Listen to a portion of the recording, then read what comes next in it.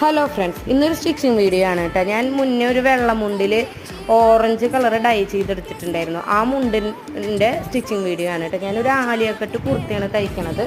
കുറച്ച് ലെങ്ത് ഉള്ളത്, full sleeve, പിന്നെ ചെറിയൊരു ലേസ് വെച്ച് കൊടുത്തിട്ടുണ്ട് കേട്ടോ, ആലിയ കട്ടിൻ്റെ ഷേപ്പ് കിട്ടാൻ വേണ്ടിയിട്ട്. അപ്പോൾ വീഡിയോ കാണാം.